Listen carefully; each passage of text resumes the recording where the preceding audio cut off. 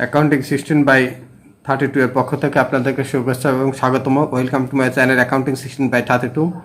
আজকে আমরা যে বিষয়টা নিয়ে আলোচনা করব সেটা হচ্ছে ইনভেস্টমেন্ট। তো what is investment? And investment is an asset acquired with the goal of generating income or appreciation. An investment is a monetary asset purchased with the idea that the asset will provide income in the future or will later be sold at a higher price for a profit.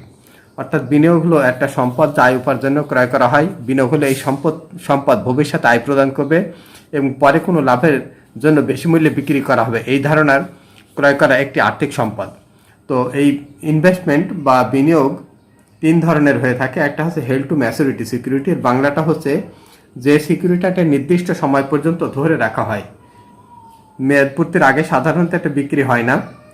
আর এই ধরনের security হচ্ছে investment in bond এবং ব্যাংকে fixed deposit করা, treasury bond ক্রয় করা।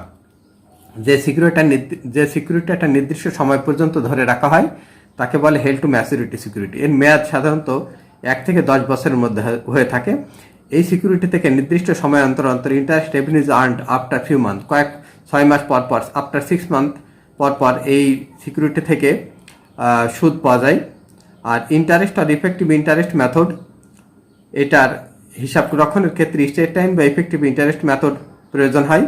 আর বছর শেষে নো ফেয়ার ভ্যালু অ্যাডজাস্টমেন্টের কোনো প্রয়োজন হয় না। এবং যে কোম্পানির বন্ড বা শেয়ার ক্রয় করা হবে সেই কোম্পানি নেট প্রফিটের কোনো অংশ পায় না। আবারও বলি, এটা নির্দিষ্ট সময় অন্তর অন্তর, এটা 6 মাস পর পর অন্তর, 6 মান্থ আফটার এটা ইন্টারেস্ট পাওয়া যায়। এটার মেথড হচ্ছে, অ্যাকাউন্টিং মেথড হচ্ছে স্ট্রেট লাইন আর ইফেক্টিভ ইন্টারেস্ট মেথড হবে। বছর শেষে এর ফেয়ার ভ্যালু অ্যাডজাস্টমেন্ট হবে না এবং নেট প্রফিটের, যে কোম্পানির বন্ড কিনেছে সেই কোম্পানির নেট প্রফিটের কোনো অংশ পাবে না।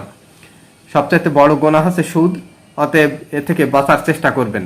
অ্যাভেলেবল ফর সেল সিকিউরিটি, এই সিকিউরিটির মেয়াদটা হচ্ছে available for sale security are debt or equity securities purchase with the intent of selling before maturity. এটা ম্যাচুরিটির পূর্বে এই ধরনের সিকিউরিটি ক্রয় করা হয়। এটা শেয়ার এবং ইনভেস্টমেন্টে বিনিয়োগ হতে পারে, শেয়ার এবং বন্ডে বিনিয়োগ হতে পারে। শেয়ার এবং ঋণে এই ধরনের সিকিউরিটি বিক্রি করা হয় এবং মেয়াদপূর্তির পূর্বে এই ধরনের সিকিউরিটি থেকে বিক্রি করা যায়, কিন্তু এই সিকিউরিটি বিক্রি করা যায় না। এটা যদি বন্ডে হয় এটা 1 থেকে 10 বছর হয়, আর যদি ইকুইটি বা শেয়ারে হয় 1 থেকে 5 বছরের মধ্যে হয়। এটা যে কোনো সময় বিক্রি করা যায়। ইন্টারেস্ট আর ডিভিডেন্ড, যদি বন্ডে হয় তাহলে ইন্টারেস্ট রেভিনিউ হবে, আর যদি ইকুইটিতে হয় তাহলে ডিভিডেন্ড রেভিনিউ হবে। 6 মাস পর পর অথবা একটা নির্দিষ্ট সময় পর পর এই ডিভিডেন্ড পাওয়া যায়। এর হিসাব রক্ষণের ক্ষেত্রে যদি বন্ড হয় তাহলে স্ট্রেট লাইন বা ইফেক্টিভ ইন্টারেস্ট মেথড হবে, আর যদি ইকুইটি মানে শেয়ার কেনা হয় তাহলে ফেয়ার ভ্যালু মেথড হবে। আর বছর শেষে ফেয়ার ভ্যালু অ্যাডজাস্টমেন্টের প্রয়োজন হয়। আর যে কোম্পানি শেয়ার বা বন্ড কিনেছে তার নেট লাভের কোনো অংশ পায় না। এটা খুব ভালো করে একটু ভিডিওটা থামায় পড়ে নেবেন। এবার trading security are debt or equity securities purchase with the intent of selling at a short term period. এটা একেবারে স্বল্পতম সময়, অ্যাটলিস্ট 3 মান্থ পিরিয়ডের জন্য কোনো বন্ড বা শেয়ার ক্রয় করা এবং তা বিক্রয় করা। এর মাঝে কোনো ডিভিডেন্ড পাইলে পাইলাম, না পাইলে না পাইলাম। বন্ড আর share are purchase in at least 3 month period, কমপক্ষে 3 মাসের জন্য এটা ক্রয় করা হয়। এটা নির্দিষ্ট সময়ান্তর ইন্টারেস্ট বা ডিভিডেন্ড রেভিনিউ পাওয়া যায়। একই রকম নিয়ম। এটা আপ টু 20% শেয়ার যদি ক্রয় করা হয় তাহলে ফেয়ার ভ্যালু মেথড হবে। আর আপ টু 20% টু 50% শেয়ার যদি হয় তাহলে হবে ইকুইটি মেথড। তো আপ টু 20% পর্যন্ত হলে এর হিসাব রক্ষণ পদ্ধতি হবে ফেয়ার ভ্যালু অ্যাডজাস্টমেন্ট। যদি আপ টু 20% হয় তাহলে বছর শেষে এটার ফেয়ার ভ্যালু অ্যাডজাস্টমেন্ট হবে। আর আপ টু 20% টু 50% যদি হয় তাহলে এর ফেয়ার ভ্যালু অ্যাডজাস্টমেন্ট হবে না। আর আপ টু 20 টু 50% যদি হয় তাহলে নেট প্রফিটের অংশ পাবে, আর বিলো আপ টু 20% পর্যন্ত নেট প্রফিটের কোনো অংশ পাবে না। এটা আরও একবার বলে নিই, এটা সাধারণত 3 মাস, কমপক্ষে 3 মাসের জন্য ক্রয় করা হয়। নির্দিষ্ট সময় অন্তর অন্তর ডিভিডেন্ড অথবা ইন্টারেস্ট পাওয়া যায়। যদি যে কোম্পানি শেয়ার বা কেনা হচ্ছে সেই কোম্পানি শেয়ার যদি 20% পর্যন্ত কেনা হয় তাহলে ফেয়ার ভ্যালু মেথড হবে, আর 20% থেকে 50% পর্যন্ত হলে ইকুইটি মেথড হবে। আর বছর এই 20% পর্যন্ত যদি শেয়ার কেনা হয় তাহলে ফেয়ার ভ্যালু অ্যাডজাস্টমেন্ট হবে, আর 20% টু 50% পর্যন্ত হলে ফেয়ার ভ্যালু অ্যাডজাস্টমেন্ট হবে না। আর 20% পর্যন্ত শেয়ার ক্রয় করলে যে কোম্পানি শেয়ার ক্রয় করা হয়েছে ওই কোম্পানি থেকে কোনো ডিভিডেন্ড পাওয়া যাবে না।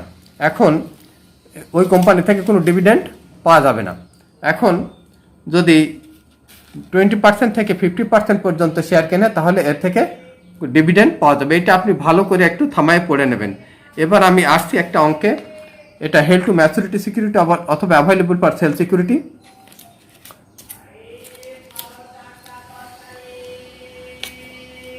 এবার আপনি এখানে লক্ষ্য করেন, on January 1, 2011, Max Corporation invested in 7% bond due in 3 years.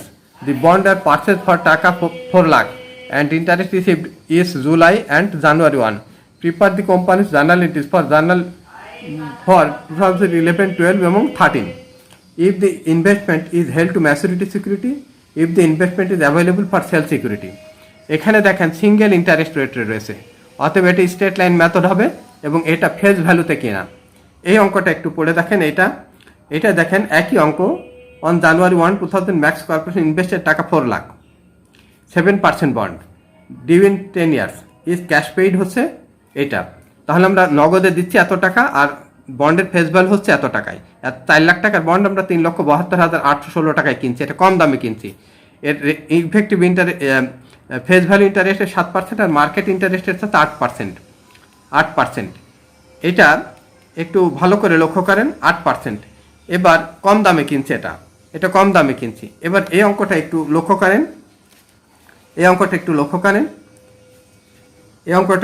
করেন, দেখেন, Roy and company invested 1 lakh 10 years 12% bond which purchased on January 1, 2011 at a price of taka 1,12,000।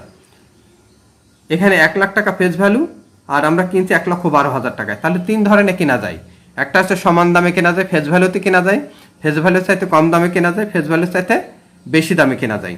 এখন আমরা এই অঙ্কটা প্রথমে শুরু করব। আপনি এখানে জার্নাল হচ্ছে মাত্র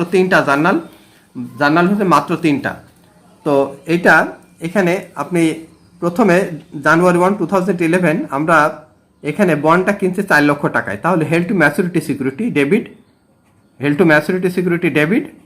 আর ক্যাশ ক্রেডিট। এখন এটা আমরা জুলাই মাসে সুদ পাবো, এখানে বলা আছে জুলাই মাসে কত পার্সেন্ট সুদ পাবো, 7%।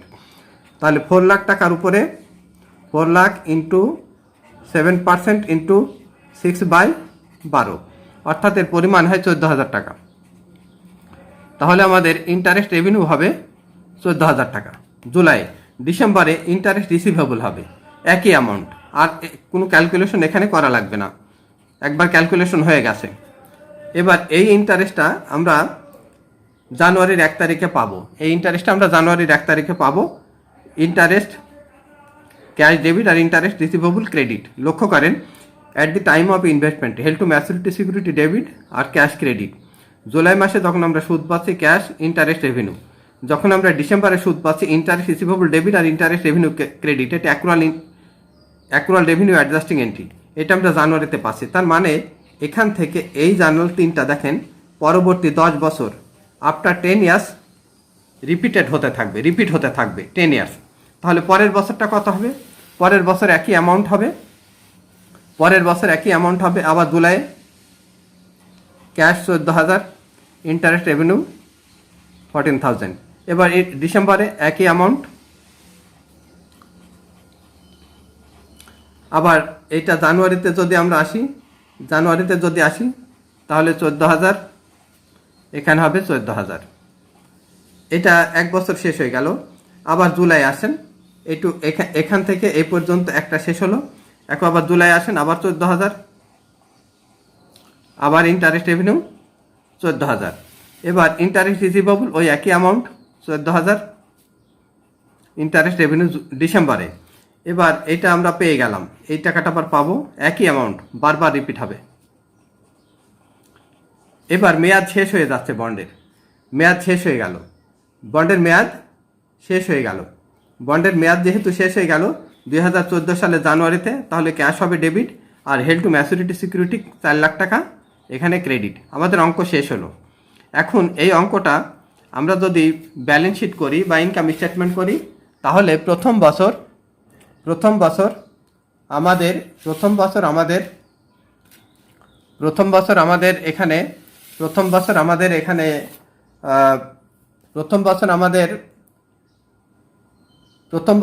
এখানে সুদের পরিমাণ 28,000 টাকা হবে। ইনকাম নন অপারেটিং ইনকাম, পরবর্তী বছর নন অপারেটিং ইনকাম 28,000, পরবর্তী বছর নন অপারেটিং ইনকাম 28,000।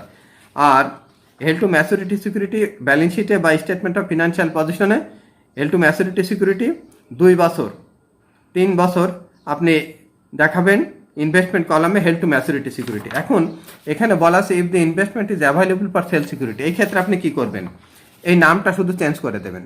এই জায়গায় হেল্ড টু ম্যাচুরিটি সিকিউরিটির জায়গায় এই জায়গায় আপনি লিখবেন অ্যাভেলেবল ফর সেল সিকিউরিটি, ওই জায়গায় লিখবেন আর এই জায়গায় লিখে দেবেন অ্যাভেলেবল ফর সেল সিকিউরিটি। আর কোনো কাজ নেই, অর্থাৎ যদি যে সিকিউরিটি হবে সেই সিকিউরিটির নামটা লিখে দেবেন। এর পরবর্তীতে আমরা এই অঙ্কটা দেখব এবং আর